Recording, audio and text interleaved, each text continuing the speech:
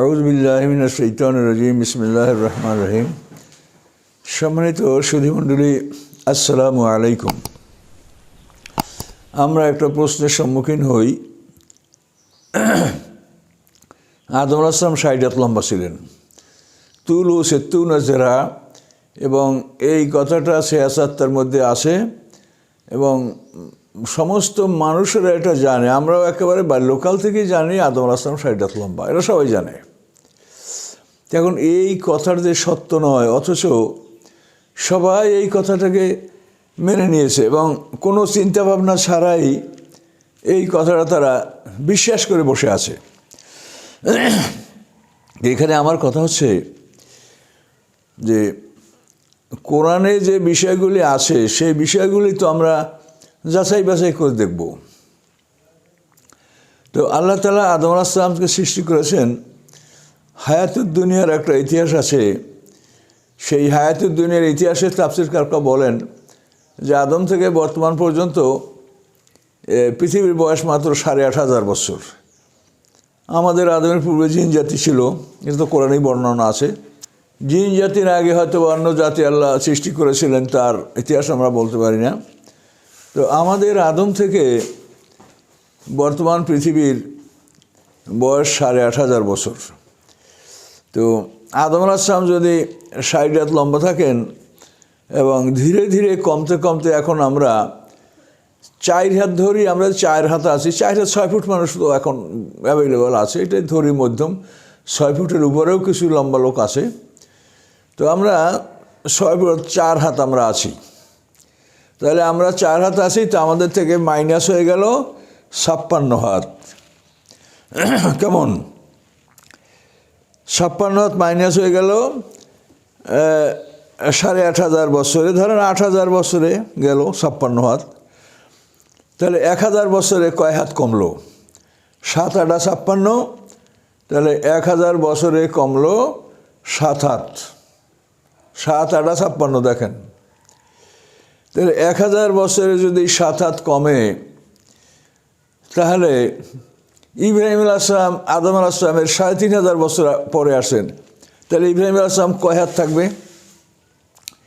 তাহলে ৩৫০০ বছরে ৩,০০০ বছরে ৩ × ২১ হাত, আরও ৩.৫ হাত, ২৪.৫ হাত। তাহলে আদম থেকে এই ৬০ হাত থেকে ইব্রাহিম আলাইহিস সালাম কমবে ২৪ হাত ৬ ইঞ্চি। তাই যদি ২৪ হাত কমে তাহলে কত থাকবে? ১,০০০ বছরে ৭ হাত। তাহলে ইব্রাহিম আলাইহিস সালাম আদম আলাইহিস সালামের ৩৫০০ বছর পরে আসেন, তো কয় হাত কমবে? ৩,০০০-এ ৩ × ২১ হাত, ২১ হাত ৯ ইঞ্চি, তাই না?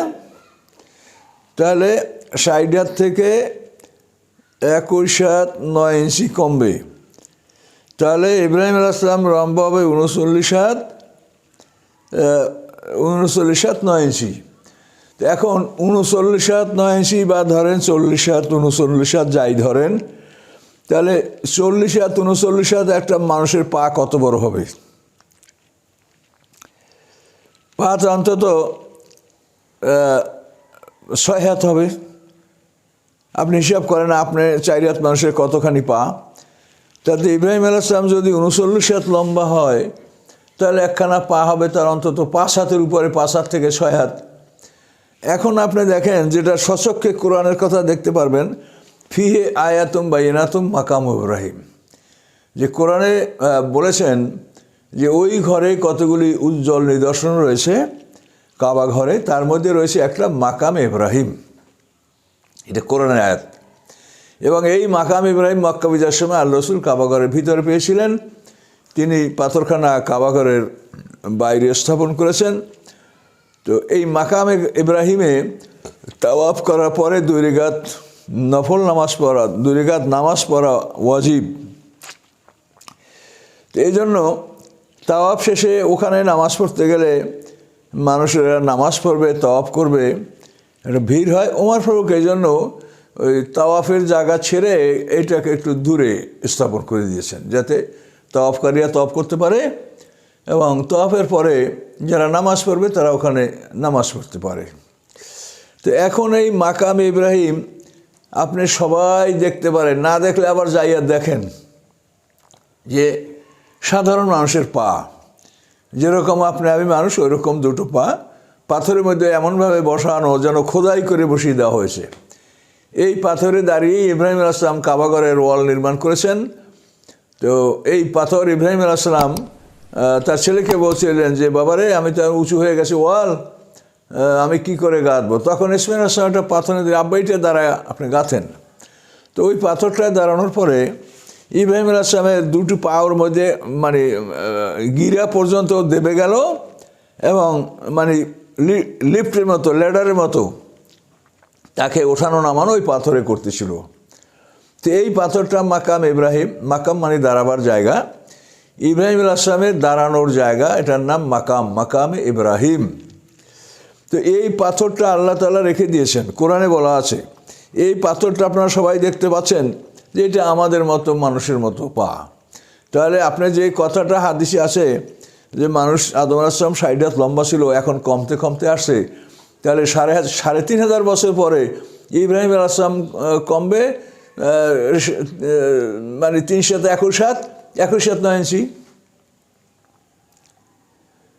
তাহলে ৬০ হাত থেকে ২১ হাত বাদ গেলে থাকবে ৩৯ হাত বা ৩৮ হাত ৯ ইঞ্চি। তো এখন এই ৩৮ হাতটার মানুষ হলে তার পাটা হবে অন্তত ৫ হাত, ৫.৫ হাত লম্বা পা হবে। তো এখন সেখানে আমাদের মানুষের মতো পা পড়ে আছে, যেটা যে পাথরের কথা কোরআনে বলা আছে, এটা হাদিস না যে আপনি সহি না গায়ের সহি বলবেন, জয়ীব সহি বলবেন। আর একটা অস্পষ্টও না, পরিষ্কার, ফিহে আয়াতুম বাইনাতুম মাকাম ইব্রাহিম, এর কোনো ব্যাখ্যার প্রয়োজন নাই। তাহলে কোরআনে আপনারা স্পষ্ট দেখতে পাচ্ছেন। এবং আল্লাহ রসুল মেরাজ থেকে আসার পরে সাহাবীরা প্রশ্ন করছেন, ইয়া রাসূল, ইব্রাহিম আলাইহিস সালামকে কেমন দেখলেন? হুজুর বলছেন, তোমাদের সাথীকে দেখো, নিজের দিকে ইশারা করে বলছেন যে তোমাদের সাথীকে দেখো। তখন স্পষ্ট হয়ে গেল যে ইব্রাহিম আলাইহিস সালাম আমাদের রাসূলের মতো ছিলেন। তো এই হাদিসটা এবং যে কোরআনে যে নিদর্শন তার পা দেখা যাচ্ছে, এটা মিলে গেছে। ইব্রাহিম আলাইহিস সালাম আমাদের রাসূলের মতো ছিলেন, তিনি জাতির পিতা আর আমরা তার সন্তান। তো সেইখানে সিয়াসাত্তায় আছে, বুখারী শরীফেতে আছে আদম আলাইহিস সালাম ৬০ হাত লম্বা ছিলেন। এখন এই হাদিস আপনারা প্রমাণ করার জন্য মানে আকাশ পাতাল যুক্তি তর্ক লেখা, হাদিস গ্রন্থ, সরা ফেকা কোথায় কি আছে এগুলো পড়ে আপনারা একাকার হয়ে গেছেন, কিন্তু কোরআনের কথাটা সহজে মানবেন এটা মানতে পারছেন না। আবার আমাকে অনেকে নসিহত করেন, আমি আপনাকে অমুক কিতাব দেব পড়বেন। আমি তো অমুক সমুক কিতাব পড়া মানুষ না, আমিও আমার জীবনে ওই রকম অমুক সমুক কিতাব পড়েছি। আমি তো ৬৮ সনে কামেল পড়েছি, পাশ করেছি, কাজে আমি তো না পড়া মানুষ না। ২৫ বছর প্রিন্সিপাল ছিলাম ফাজিল মাদ্রাসার, আর সারাটা জীবনই আমি পড়েছি। এখন আমি অন্যান্য পড়াশোনা কমিয়ে দিয়ে কোরআনের মধ্যে আত্মনিয়োগ করেছি, যে আল্লাহ কী বলছেন এইটুকু আমার বোঝার চেষ্টা। তো এখানে স্পষ্ট দেখা যায় যে কোরআনের সাথে ওই হাদিসটা সম্পূর্ণ সাংঘর্ষিক। আদম আলাইহিস সালাম লম্বা ৬০ হাত কখনোই হতে পারেন না। এর কত যুক্তি আপনি নেবেন? আদম আলাইহিস সালাম যদি ৬০ হাত লম্বা হয়, কাবাগার হলো ২০/১২। কাবাগার তো পড়ে আছে ওখানে, না কেউ তুলে নিছে না পাল্টাইছে। ওই কাবাগারের ভিত ফেরেশতারা করেছে, ফেরেশতারা প্রথম ওই ঘর ওখানে নির্মাণ করছে। তো ওই ঘর ফেরেশতাদের নির্মাণ করা ঘর, তো ওই ঘর হলো ২০/১২। আরবরা তাদের অর্থনৈতিক অভাবের কারণে আল্লাহ রসুলের ৩৫ বছর বসে কাবাগার নির্মাণ করে অর্ধেক তারা টাকার অভাবে করতে পারেনি। হাতিম, তো হাতিম সহ কাবাগার আপনি দেখেন তাহলে ২০/১২। তো ২০/১২ একটা ঘর সমগ্র মানব জাতির ইবাদতের জন্য সৃষ্টি করেছেন আল্লাহ, এবং আদম আলাইহিস সালামকে সৃষ্টি করার ২০০০ বছর আগে এই ঘরটা ফেরেশতারা নির্মাণ করেছে। তো আদম যদি ৬০ হাত হয়, তো ওই ঘরের সামনে আদম দাঁড়াবে নামাজ পড়ার জন্য, তো ঘর তো থাকবে আদমের হাঁটুর নিচে। তাহলে যে একটা ইস্তেকবালে কেবলা, যে একটা কেবলার দিক মানুষ মুখ করবে, তার মস্তিষ্কটা তো ওই ঘর বরাবর হইতে হবে। কিন্তু আদম আলাইহিস সালাম তো ওই ঘরের সামনে দাঁড়ান, তার তো মস্তিষ্ক মানে ওই ঘরের ৩০-৪০ হাত উপর দিয়ে তার চেহারা বাইরের দিক চলে যাবে। তাহলে সে ঘরের দিক ফিরে নামাজ কেমনে পড়বে? কাজেই এই সমস্ত অযৌক্তিক কথা এই আলেমরা এগুলি মানার জন্য, যুক্তি তর্কের জন্য গাদা গাদা কেতাবের তারা বরাদ দিয়েছেন। অমুক কেতাবে এই লেখছে, অমুক কেতাবে সেই লেখছে। ও কেতাব যদি আপনাদের পড়তে হয় পড়েন, আমার কোনো আপত্তি নেই, কিন্তু আগে কোরআন পড়বেন কিনা সেইটা আপনারা দেখেন। আমার আওয়াজে আপনারা কোরআন পড়েন, আর আমাকে আপনারা ডাকছেন যে ওইসব কেতাব পড়েন, ওইগুলো পড়বো না আমি, বরং আপনাদেরকে ডাকছি যে আপনারা কোরআন পড়েন। এটা একটা অদ্ভুত কথা। আদম আলাইহিস সালাম ৬০ হাত লম্বা। পৃথিবীতে যতগুলি মানব কঙ্কাল বা ফসিল পাওয়া গেছে, কোথাও এরকম বড় ফসিল পাওয়া যায় নাই। পাওয়া যায় কি, দেখবেন কেউ একটা ছবি নিয়ে আসে, মানে এই দেখেন এই ১০০ হাত লম্বা ছবিতে এটা কবর। আপনাকে কে বলছে এটা কবর? কে কী প্রমাণ আছে এটা কবর? একটা ছবি নিয়ে আসে এক জায়গায়, এই বিরাটটা পাওয়া গেছে। এগুলো সব কাল্পনিক, এগুলি তো মানে ভৌতিক, এগুলির মধ্যে তো কোনো কোরআন হাদিসের কোনো যুক্তি নাই। কাজে ওই সমস্ত কথা আমরা বিশ্বাস করব না কোরআনের কথা বিশ্বাস করব? আদম আলাইহিস সালাম ৬০ হাত লম্বা হলে তার মা হাওয়া কত হাত ছিলেন লম্বা বলেন? আদম আলাইহিস সালাম যদি ৬০ হাত হন, তিনি যে গরু দিয়ে হাল চাষ করছেন সেই গরুটা তাহলে কত বড় ছিল? তো এই ধরনের কথাবার্তা যারা বলেন তাদেরকে অনুরোধ করব, দেখেন যে আপনারা আগে কোরআন পড়েন, তারপর হাদিস পড়েন। আগেই ভেজাল ঢুকান এর মধ্যে, তাহলে আপনি কোরআন কি করে বুঝবেন? মাথার মধ্যে আপনি এমন ভেজাল ঢুকাইছেন যার জন্য এখন ভালো জিনিস ঢুকবে ভ্যাকুয়াম নাই, শূন্যতাই নেই মাথায়, মাথা ভরা। পেট ভরা থাকলে মানুষ ভালো খাবারও খাইতে পারে না। আর ব্রেন যদি প্রিঅকুপাইড থাকে তাহলে সেই ব্রেনে ভালো জিনিস ধারণ করতে পারে না। কাজে ব্রেনকে সাফ করেন, তারপর কোরআন পড়েন। কোরআন থেকে না বুঝলে আপনি হাদিস পড়েন। হাদিসের ব্যাপারে আমাদের একমাত্র কথা হলো যে কোরআনের খেলাফ না হইলেই সেই হাদিস আমরা মেনে নেব।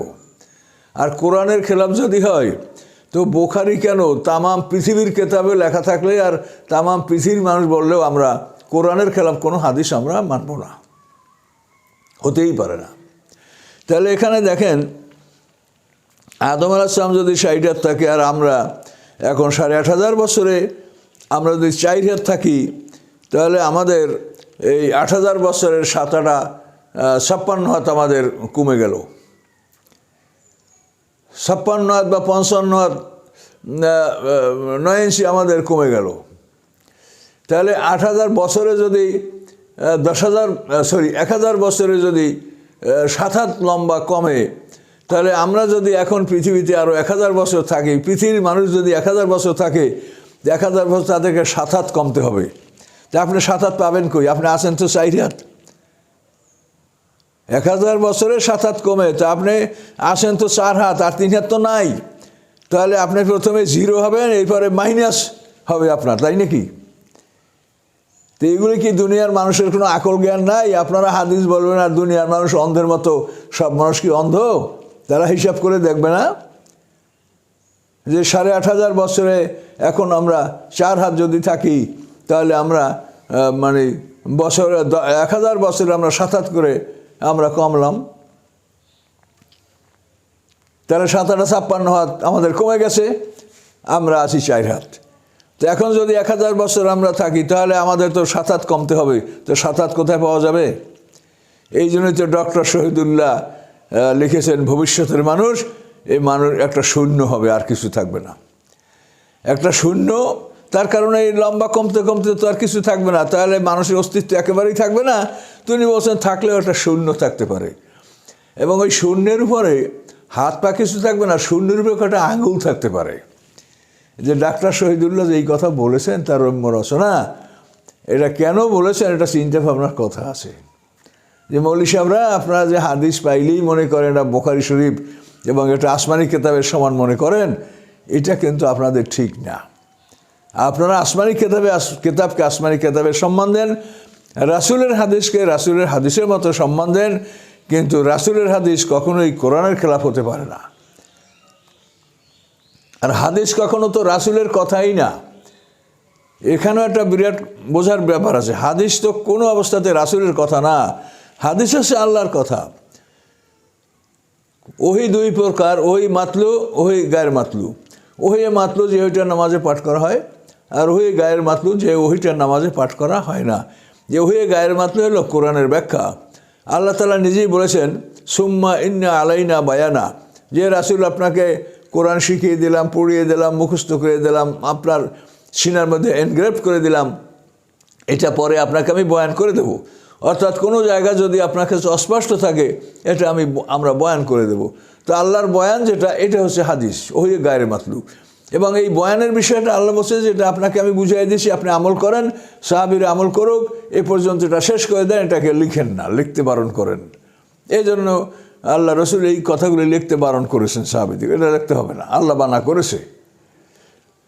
তো এইভাবে আমাদের এই বিষয়গুলি অনুসন্ধান না করে আমরা হাদিসে আসে, এখন এই জন্য আপনি এটা প্রমাণ করার জন্য, মানে একটা হাদিস প্রমাণ করার জন্য আপনি শত শত পড়াশোনা করবেন, যত আজে বাজে কথা, অথচ কোরআন কি বলছে এটা আপনি মানতে পারছেন না এবং এটা দেখছেন না।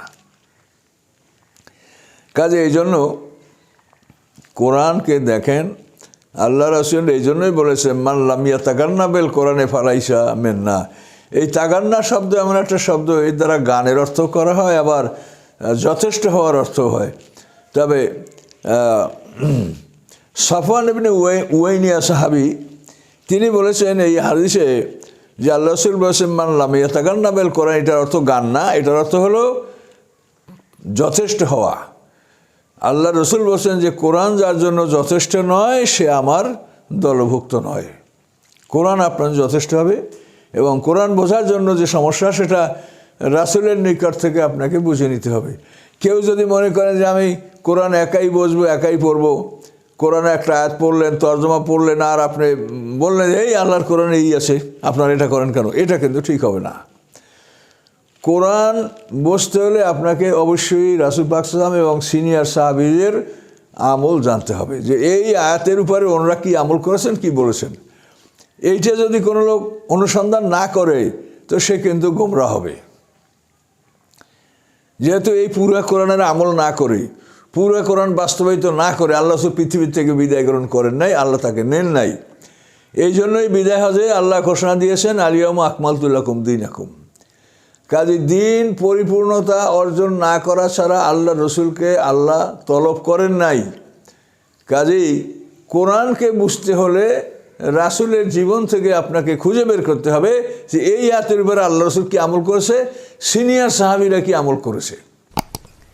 এইটা বুঝে আপনি নিজে বুঝবেন, অন্যকে বলবেন, এটার নাম কোরআন বোঝা, এটার নাম তাফসীর। কিন্তু আপনি কোরআন পড়লেন আর যা বুঝলেন তাই অর্থ করলেন, তাই বলতে থাকলেন, এটা কখনোই ঠিক হবে না। তার কারণ এটা আল্লাহর বাণী, সংক্ষিপ্ত বাণী, ছোট্ট কিতাব। কাজে এখানে অনেক অন্তর্নিহিত অর্থ আছে যেগুলা হয়তো আমরা সাধারণভাবে বুঝতে নাও পারি, বা আমরা যা বুঝি সেটা ঠিক নাও হতে পারে। রাসূল কী করেছেন, এই আয়াতের উপরে রাসূল কি আমল করেছে, সাহাবীরা কি আমল করেছে, সেটা আপনাকে দেখতে হবে। এই জন্য আদম আলাইহিস সালাম 60 হাত লম্বা, এই ধরনের কথা আপনাদের হৃদয় থেকে এগুলো মুছতে বহু সময় লাগবে। তার কারণ যে জিনিসটা আপনি সারা জীবন অন্তরে ধারণ করছেন সেইটাকে হৃদয় থেকে মুছে ফেলা খুবই কষ্টকর কাজ, কিন্তু মুছে ফেলতে হবে, না ফেললে আপনি মানে বোকায় পরিণত হবে। পৃথিবীর অন্যান্য দেশের লেখকরা মুসলমান কথা লেখার আগে তারা রাখে অর্থোডক্স মুসলিম সেইট। তখন আমার কাছে খুব ঘৃণা লাগতো যে ওরা আমাদের কোনো মনীষীর কথাও কোট করতে গেলে তখন ওরা লেখে অর্থোডক্স মুসলিম সেইট। যে এই অর্থোডক্স, প্যারাডক্স, এই যে শব্দগুলি, তো অর্থোডক্স শব্দটা হলো যে গোঁড়া, যুক্তিহীন কথা আসে বিশ্বাস করে, অর্থোডক্স মুসলিম। তাহলে এখন যে আসলেই যে আমরা অর্থোডক্স, এটা আমাদের কাজে প্রমাণ করে যে আপনি আদম আলাইহিস সালাম 60 আপনি কোন যুক্তিতে আপনি এটা বললেন। পৃথিবীর গাছপালাগুলি আল্লাহ সৃষ্টি করছেন, এগুলি তো পৃথিবীর সৃষ্টি থেকেই শুরু হয়েছে। এই গাছপালাগুলি তাকাই দেখেন, এই গাছপালাগুলি একটা গাছ অন্তত 10 ফুট উপরে না উঠে তার ডালপালা ছড়ায় না। তার কারণ আল্লাহ তাআলা সমস্ত বিশ্বের সৃষ্টিকর্তা রব্বুল আলামিন এমনভাবে তিনি গাছপালা সৃষ্টি করেছেন যে গাছের নিচে মানুষগুলি, প্রাণীগুলি, হাতিগুলি, গন্ডারগুলি, জিরাফ জেব্রাগুলি, মানুষগুলি যেন নিচে চলে বেড়াতে পারে, উপরে ছায়া থাকবে, নিচে মানুষ জীবজন্তু চলবে। এই জন্য আল্লাহ তাআলা গাছ সৃষ্টি করছেন। বড় বড় গাছগুলি কখনোই আল্লাহ তাআলা অন্তত 10-15 ফুট উপরে না গিয়ে তার ডালপালা বিস্তার করেন নাই। আর এর নিচে যেগুলো, এগুলো তো পশুর খাদ্য, এর নিচে যে গাছগুলো বলেন যে অনেক ছোটো গাছ আসে, ওগুলো তো পশুর খাদ্য, ওগুলো পশুর জন্য আল্লাহ তাআলা ছোটো গাছপালা তৈরি করছে। কিন্তু সাধারণ চলাচলের জন্য আল্লাহ তাআলা এই বড় বড় গাছগুলি, যেগুলি রাস্তার পরে পোতা হয় বা বাড়িতে লাগানো হয়, ছায়ার জন্য ব্যবহার করা হয়, এই সব গাছগুলি দেখেন ওভাবে আল্লাহ সৃষ্টি করছে। তাহলে আদম আলাইহিস সালাম সাইডে ধরে তো সে তো চলতেই পারতেন না, যেখানে চলতেন সেখানেই মানে গাছপালা মাথায় লাগতো, তো ভীষণ বিপদ হয়ে যেত, অ্যাক্সিডেন্ট করতেন আদম আলাইহিস সালাম। কাজে এই জন্য এরকম কাল্পনিক কথা, অবাস্তব কথা আপনারা এটা ব্রেন থেকে ওমিট করেন, ব্রেন জুলাপ লান, ব্রেনকে পরিষ্কার করেন, করে তারপর আপনারা কোরআন পড়েন। আদম আলাইহিস সালাম 60 হাত লম্বা ছিল, এই কথা কোনোভাবেই সত্য নয়। এ পর্যন্ত আমি আজকে কথাটা শেষ করলাম। আসসালামু আলাইকুম রহমতুল্লাহ।